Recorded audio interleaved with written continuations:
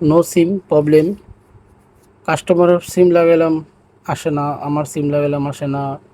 তারপরে আর এক ভাই ফোন ঠিক করতে আসছে, ওই সিমও লাগাচ্ছি, যেটাই লাগাই এখানে নো সিম আর নো সিম।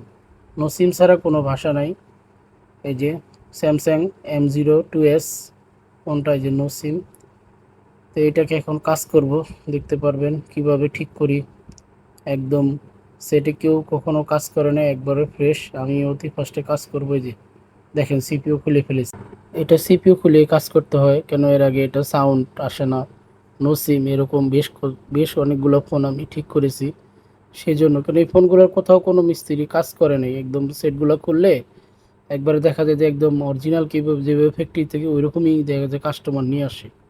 তো এই জন্য আর এটা বেশি ঘাটাঘাটি কিছু করা নাই, ডাইরেক্ট সিপিইউটা তুলে রিবুলেট করে দিলে সাউন্ডের প্রবলেম বা ডেড হয়ে গেছে, কেউ কোনো কাজ করে নাই, দেখবেন যে রিবুলিং করবেন ফোনটা আপনার সাউন্ড বলেন, ক্যামেরা বলেন এবং আপনার নো সিম বলেন, সব ধরনের সমস্যা এইখানে আপনি সিপিইউর ভিতরে সিপিইউটা ডাই হয়ে যায়।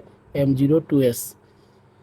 তো আমরা এটা ফোনে কানেকশন করব। দেখেন এই যে আমার যে সিপিইউটা লাগানো হয়েছে M02s, ফিটিং করতেছি।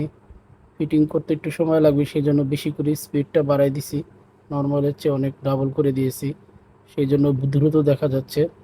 তো যাই হোক, আশা করি ফোনটা ঠিক হয়ে গেছে, কেন এর পূর্বে এগুলো ফোন আমি রেগুলার করি এবং কোনো রিস্ক নাই। 100% সিপিওর কাজ বলেন যে করেন, কোনো রিস্ক নাই। রানিং সেট, সমস্যা কি সিম, নো সিম, সেই সিট কাজ করে দিতেছি, কোনো রকম রিস্ক লাগবে না, রিস্ক ছাড়া কাজ করে দেবো ইনশাল্লাহ। এই যে দেখেন ফোনটা চালু হয়ে গেছে, এই যে দেখেন এই যে বাংলা লিঙ্ক লেখা দেখা যাচ্ছে, টাওয়ার আসছে। লকটা খুলবো, একটু সময় লাগবে, ফোনটা বন্ধ ছিল। চালু হোক, পুরোপুরি চালু হোক। চালু হলে আমরা সেটিংয়ে দেখব কি লেখা আসে। তো বন্ধুরা, এই ভিডিওগুলো দেখবেন, দেখে লাইক এবং ফলো দিবেন অবশ্যই, তাহলে এই ধরনের জটিল জটিল প্রবলেমগুলো আমি সমাধান দিয়ে থাকি, দেখতে পারবেন। আসলে এগুলো বুঝতে অনেক সময় সমস্যা হয়ে যায়, কোন মডেলে কি প্রবলেম। এই যে এখন বাংলা লিঙ্ক পেয়েছে, দেখেন মানে সিম পেয়েছে, মানে নানান ধরনের মেসেজ আসতেছে, বিজ্ঞাপন আসতেছে সিম থেকে। নো সিমের প্রবলেম চলে গেছে ইনশাআল্লাহ। কাস্টমার কেয়ারে দেখি, ডায়াল করে দেখি কি বলে। কাস্টমার কেয়ারে ডায়াল করার পর বলতেছে আপনার সিমে টাকা নেই। যাই হোক, এটা তো সিমে টাকা নেই, তে সমস্যা নেই। এখন আমার কাজটা যে সম্পন্ন হলো সেটাই হলো বড় কথা।